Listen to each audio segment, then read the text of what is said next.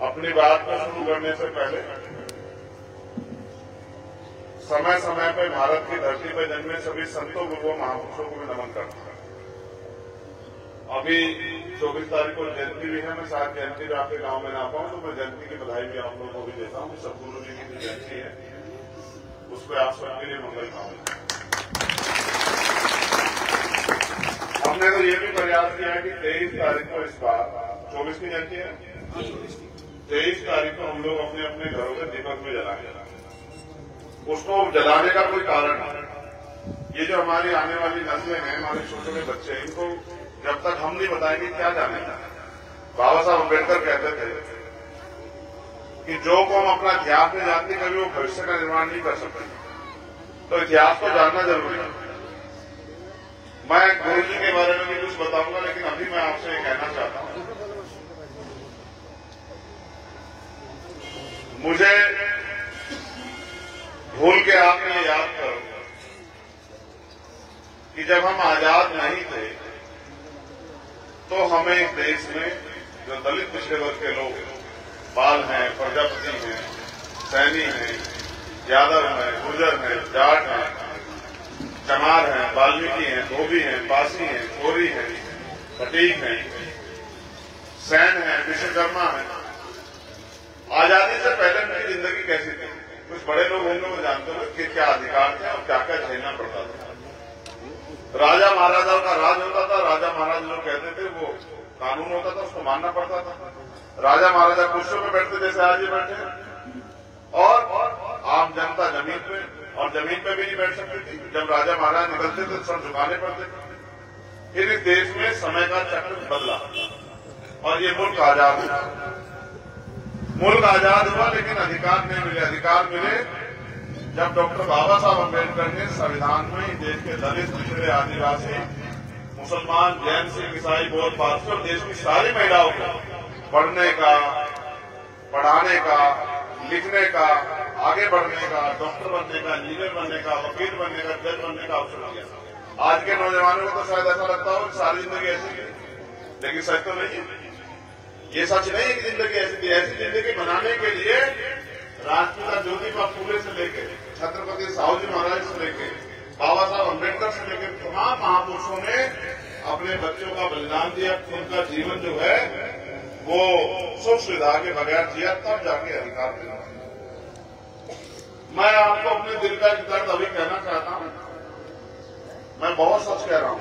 अगर नेटोर के आसपास कोई अच्छा हॉस्पिटल होता तो आज सलीम हमारे बीच में होता, क्योंकि सलीम को जब दिक्कत हुई तो उसको उठा के लेके गए धामपुर, और धामपुर जाते जाते उसने दम तोड़ दिया। अगर अच्छा अस्पताल होता आपके आसपास, नेटोर के आसपास, तो बहुत सारे लोग की जान बचती।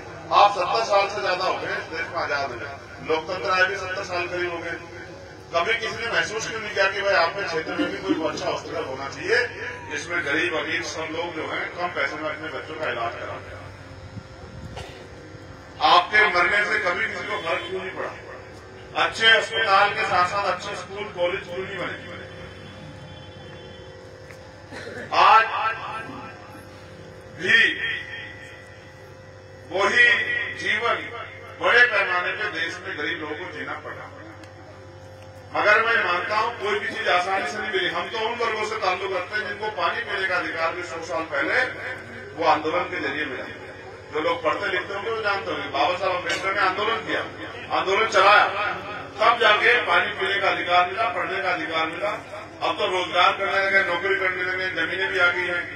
अब तो हम सुख सुविधाएं भी लेने लगे, लेकिन ये सुख सुविधाएं भी सबके हिस्से में नहीं आई।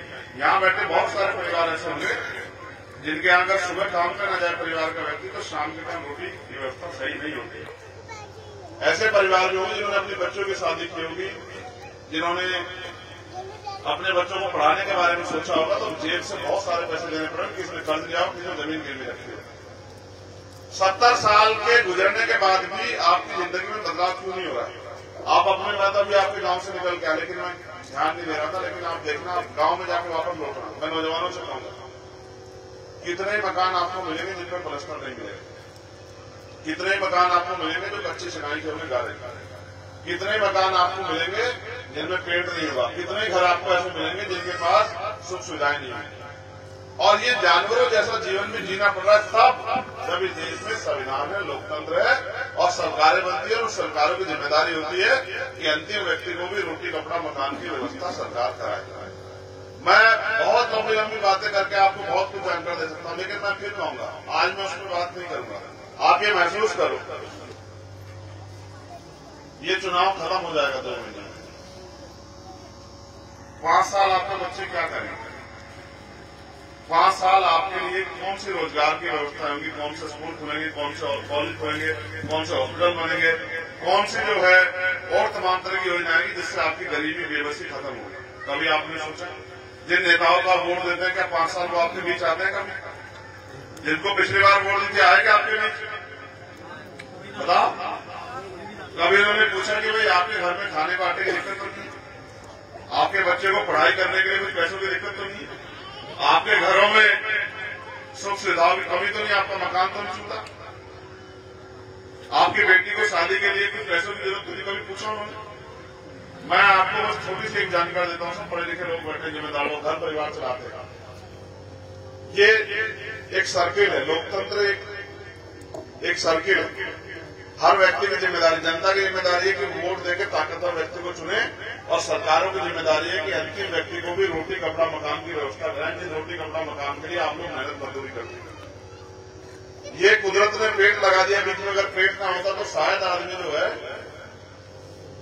ये तमाम तरह का अपमान और अन्याय और जुल्म जाति ना सहता, वो फिर कुछ और प्रयास करता। लेकिन सवाल ये है कि जब हम टैक्स देते हैं तो सरकार हमारे बारे में क्यों नहीं सोचती? इससे ये पता लगता है कि सरकारों की नजर में हमारी जिंदगी का कोई मोल नहीं। अगर सरकार की नजर में हमारी जिंदगी का मोल होता तो हमारे पढ़े लिखे बच्चे बेरोजगार नहीं होते, हमारी माई बहनें बेबसी लाचारी गरीबी की जिंदगी नहीं जीती। क्या इस देश में अमीर सुख नहीं भोग रहे? क्या इस देश में अमीरों को करोड़ों रुपए माफ नहीं होते? क्या इस देश में ताकतवर लोगों के बच्चों को रोजगार नहीं मिलता? इस बार आप लोग इस गांव के जो बच्चे का अपने पुलिस की भर्ती में पेपर दिया कुछ लोगों ने? किसने दिया? दिया ना, लीक हुआ ना पेपर?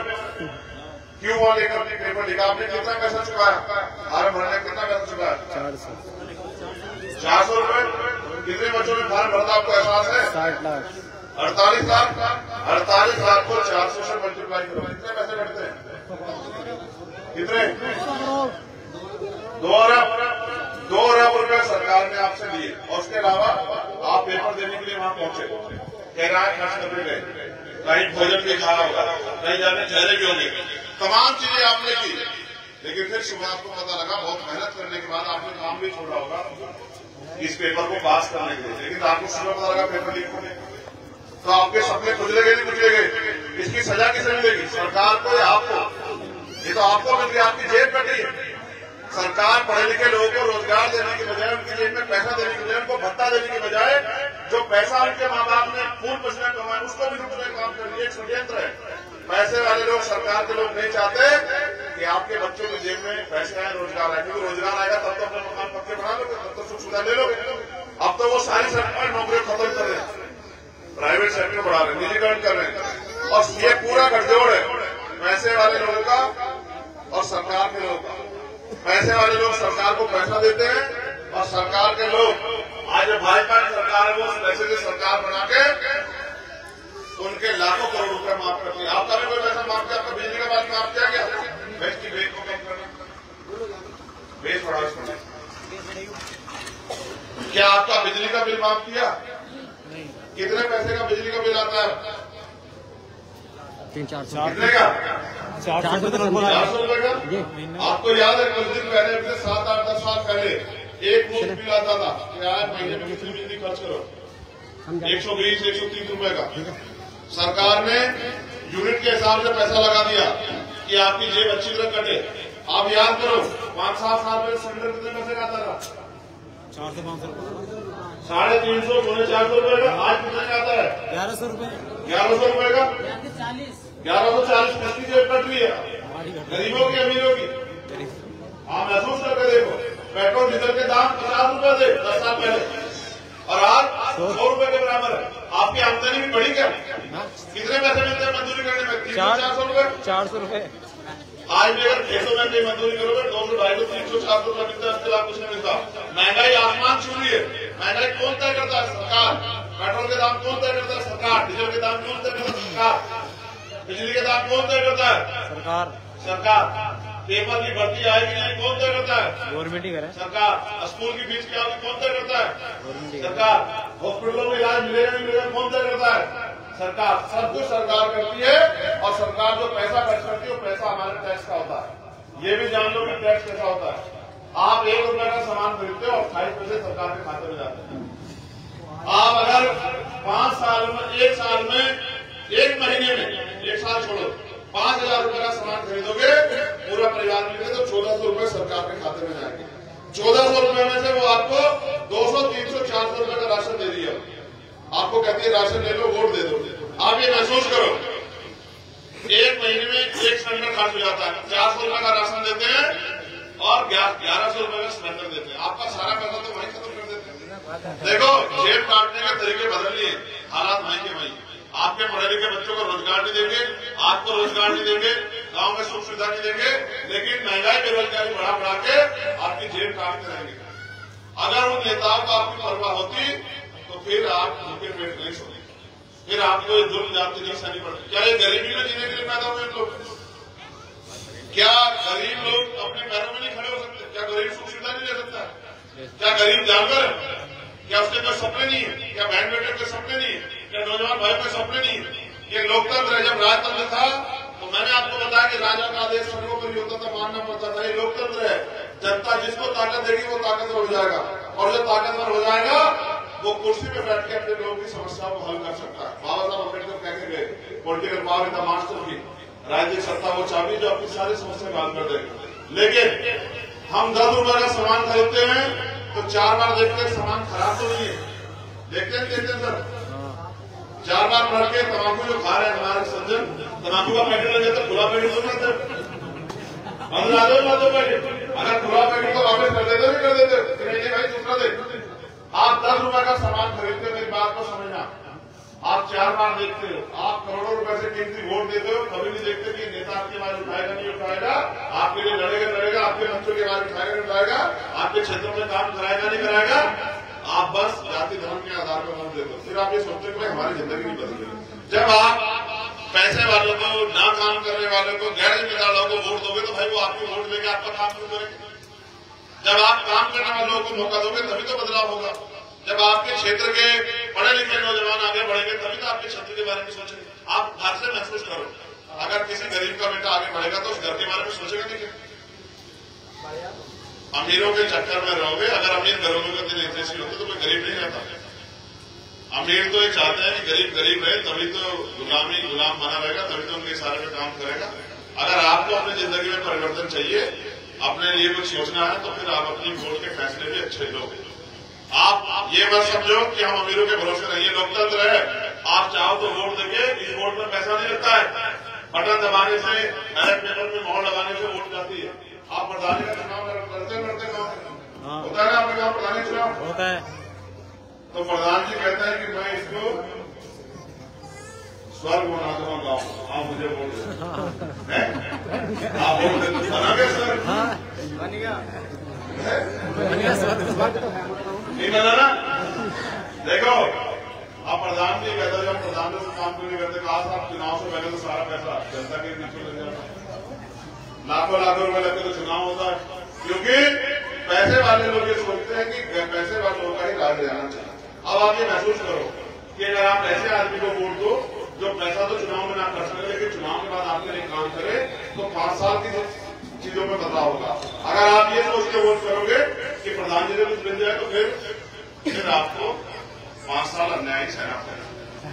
इसलिए मैं आपसे अपील करूंगा, हमारे नौजवान साथी यहाँ काम कर रहे हैं, उनसे भी कहूंगा मेहनत की जरूरत ज्यादा है, क्योंकि जिनसे मुकाबला बहुत पैसे वाले लोग हैं, ताकतवर लोग हैं, उनके पास साधन संसाधन है, वो राशन लेंगे, शराब बांटेंगे, तमाम तरह चीजें करेंगे, लेकिन वो उनका अंतिम लक्ष्य ये है कि गरीबों के हाथ से वोट चली जाए।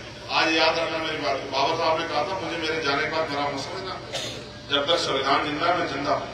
अगर बाबा साहब को जिंदा रखना चाहते हो, इस देश में रहना अधिकार चाहते हो, आज अधिकार है कि गरीब का बेटा भी कुर्सी बैठ सकता है। अगर संविधान नहीं बचा तो कुर्सी पे बैठना तो दूर की बात, आपको कोई सांस लेने में नहीं देगा। देश में इतनी छुआछूत बरकरार रही है अभी। आज भी देश में मटकी छूने पे, घोड़ी पे बैठने में हत्या होती है। आज भी देश में घोड़ी पे, शादी पे, ब्याह निकालने पे पाबंदियां लगती है। आज भी देश में मंदिरों में जाने में तमाम तरह की चीजों पे पाबंदियां हैं। ये देश अभी बदला नहीं है। इस देश को बदलना चाहते हो तो पहले खुद को बदलो, अपने मन में निष्ठा बनाओ। बाबा साहब ने कहा था राज रत्न तो चले गए। बाबा साहब से पूछा महाराणा ने, ये बाबा साहब आप तो कहते राज रत्न राज करेगा, तो ये तो मर गए। तो बाबा साहब ने कहा मैं एक राज रत्न की परवाह करूंगा तो करोड़ों राज रत्न मर जाएगा। आज ये सोचो ये करोड़ों राज रत्न भी देश में भूखे नंगे सो रहे हैं, भूखे नंगे रह रहे हैं। कब तक चलेगा देश में? विकलांग वो होता है जो मानसिक रूप से विकलांग होता है, जो जिसको कुदरत ने एक पैर हाथ कम दिया फिर भी वो अपनी तरक्की के लिए लड़े, उसको विकलांग नहीं कहते।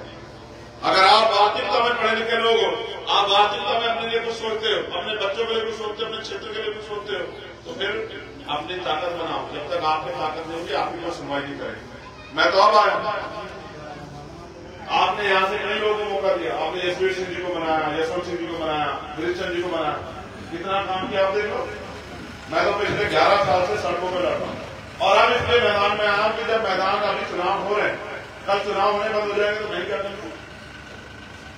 अब तो ईवीएम से वोट डालती है, ये भी पता डालते किस जाति का, तो उसका भी ध्यान रखा जा रहा है। उसका खिलाफ भी आंदोलन चल रहा है, कोर्ट में केस चल रहा है। हो सकता है ईवीएम से के बैलेट पेपर चुनाव होने लगता है।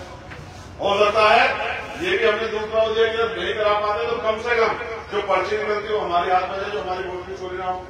लेकिन ये तब तक बंद नहीं होगा जब तक जनता मन नहीं बनाएगी। लेकिन जब जनता मन बना लेती है तो बड़े से बड़ा तानाशाह भी उखड़ जाता है। अगर इस देश में स्वाभिमान सम्मान के साथ जीना, देखो जीवन जीना कोई बड़ी बात नहीं, जीवन जीना बहुत छोटी सी बात, जो पैदा हो गया वो जिएगा। बड़ी बात यह है कि स्वाभिमान सम्मान के साथ जीना, हक अधिकार के साथ जीना। गरीब अगर ये तय करके बैठ जाए कि मेरी जिंदगी यही है, मुझे बदलाव नहीं चाहिए, फिर तो कोई नहीं। लेकिन अगर कोई भी प्रयास करेगा, आपके बीच से क्या लोगों को बदलाव नहीं हुआ? जिन लोगों ने मेहनत की है, जिन लोगों ने काम से सही रास्ता अपनाया, उनकी जिंदगी बदलाव नहीं हुआ। बहुत सारे ऐसे लोगों के जिनके बस आपने कहा जहाँ अपने घर की दीवार को लिख दो कि हमें देश का शासक बनना है, लोग मजाक उड़ा रहे थे। लोगों ने कहा बाबा साहब हमारे यहाँ तो घर भी नहीं, दीवार तो कहाँ होंगे, हमारे यहाँ तो छप्पर पड़े पल्ले लगे। तो बाबा साहब ने कहा संविधान ने बहुत ताकत दी आपको, संविधान के हिसाब से चलो, पढ़ो लिखो, रोजगार करो तो मकान भी होंगे और शासक भी बनोगे। आज मौका आया है कि हम अपने वोट का सही प्रयोग करके आने वाले कल को मजबूत करें, अपने आने वाली पीढ़ियों के बारे में सोचें। जितने नौजवान हैं आप मेहनत मजदूरी करके अपना घर चला सकते हो, लेकिन महसूस करो 10 साल बाद क्या होगा, आने वाली पीढ़ियों में क्या बचेगा? रोजगार बचेगा, नौकरी बचेगी क्या, कुछ बचेगा क्या? फिर क्या करोगे? आज लोकतंत्र है, संविधान है, तो आज संभालो। जैसे क्रांतिकारियों ने देश को बचाने के लिए लड़ाई लड़ी थी, इस तरह से लड़ाई लड़ो, तब जाके बदलाव होगा। और मेरा विश्वास है कि जो लोग ठगे जाते हैं वो ज्यादा दिन ठगी का शिकार नहीं होते। वो हमारे कहावत है दूध का दला भी छाछ भी खूब फूके पिता है, समझते हो इस कहावत को? क्या कहावत है तुम्हारी भाषा में? दूध का दला भी मट्टे को फूके पिता। हाँ, तो जो लोग भरोसा करके ठगे जा चुके हैं वो अब उन लोगों पर पैसे डालने पर भरोसा न करें। काम करने वाले व्यक्ति को मौका, कोई ऐसी लड़ाई नहीं है जो मैंने ना लड़ी। किसानों का आंदोलन,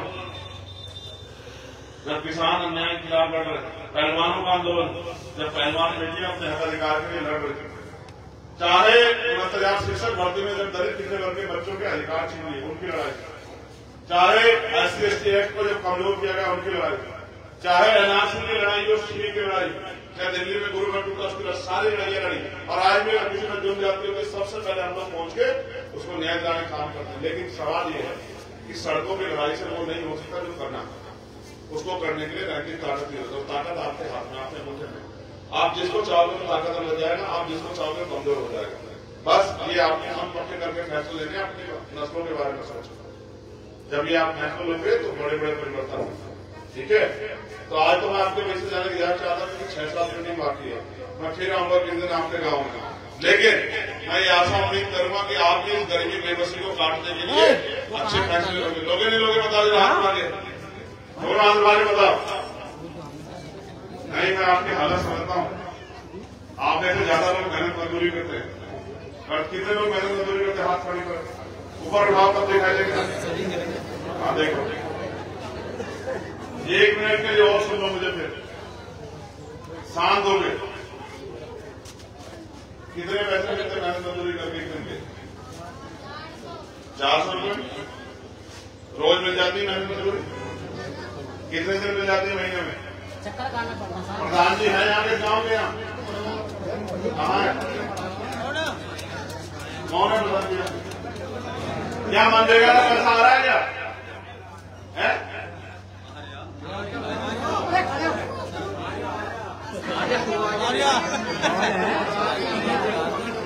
मनरेगा का पैसा मिल रहा है क्या? नहीं मिल रहा है। आप प्रधान हो, आपको नहीं पता, झूठ मत बोलो। जांच हो जाएगी,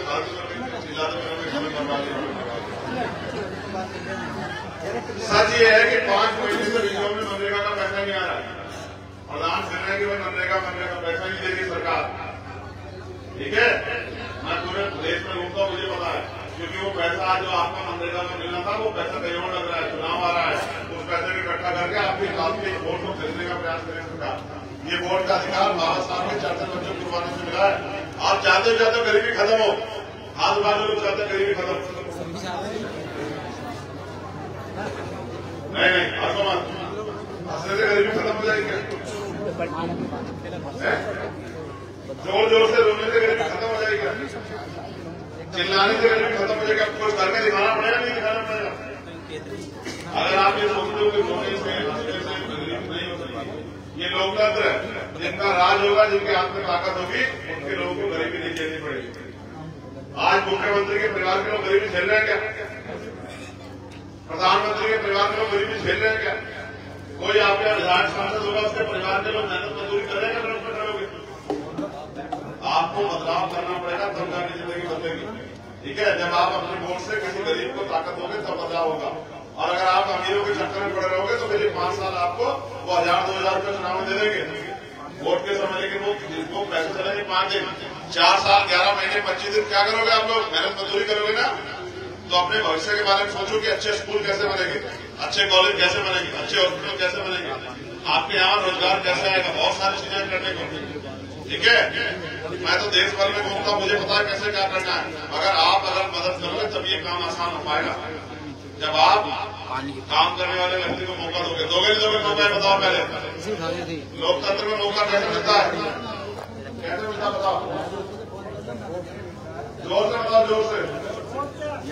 अगर मैं यहाँ कहता कि चलो यहाँ नौकरी मिल गई तो इतनी जोर जोर से खड़ी होती है। अभी मैं पूछ रहा हूँ तो देखो कैसे बोल रही हूँ। गरीबों को मुफ्त की सारी चीज जहर भी मिल जाए, वो भी लेते हैं गरीब। इतने नहीं मिलते बताओ आप जहर बांट तो गरीब उसको भी ले लेगा, सोचते कि इसमें भी कुछ है।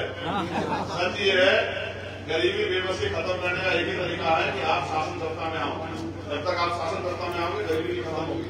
तो मैं अभी जाऊंगा, क्योंकि मुझे जाना है, कौन से गाँव? वहाँ भी लोग इंतजार कर रहे हैं। ठीक है, मगर मैं आपसे अपील करूंगा कि इस बार जब आप लोकसभा चुनाव में वोट डालने जाए तो आजाद समाज पार्टी के चुनाव सिंबल केसरी में वोट देके चंद्रशेखर आजाद को आपकी सेवा करने का मौका दें, क्योंकि जब चंद्रशेखर आजाद इस हैसियत में होगा तभी आपकी लड़ाई लड़ पाएगा। ठीक है, ये दादी को समझ में आ गया, तुम लोग तो मुझ छुपा देना शुरू कर दोगे। ये अच्छी बात है कि गांव के सम्मानित बड़े लोग बैठे हैं, आपको मुंह करना पड़ रहा है, मगर आप भी बताओ, जब मेहनत मजदूरी करती हो तब क्या करती हो? तब कौन से मुंह छिपाती हो? जब खेतों में काम करती हो, घास काट के लाती हो, तब क्या करती हो? इसमें इज्जत नहीं है। इज्जत है जब आपकी जेब घर में पैसा आएगा तब वो इज्जत, समझ रहे हो? उससे पहले कोई इज्जत नहीं है। गलत फहमी निकालो, आपको लगता हो कि ये इज्जत है, कोई इज्जत नहीं है। इज्जत वो है, इज्जत पैसे वाले की होती है, देश में गरीब की इज्जत होती है क्या? नहीं होती। इसलिए अपने बच्चों के बारे में सोचो, इनका बच्चों क्या होगा भविष्य, जो आने वाले बच्चे हैं। ये बताओ नौजवान, रोजगार चाहिए चाहिए? तो रोजगार देने का, रोजगार का निर्धारण कौन करता है? सरकार करती है ना। जब तक तुम सरकार से बाहर हो, क्या करोगे? अपनी ताकत बनाओ। ठीक है, मेहनत करो, लोगों को तैयार करो, घर घर जाके समझाओ, तब जाके बनेगी बात। ठीक है, हमें जाने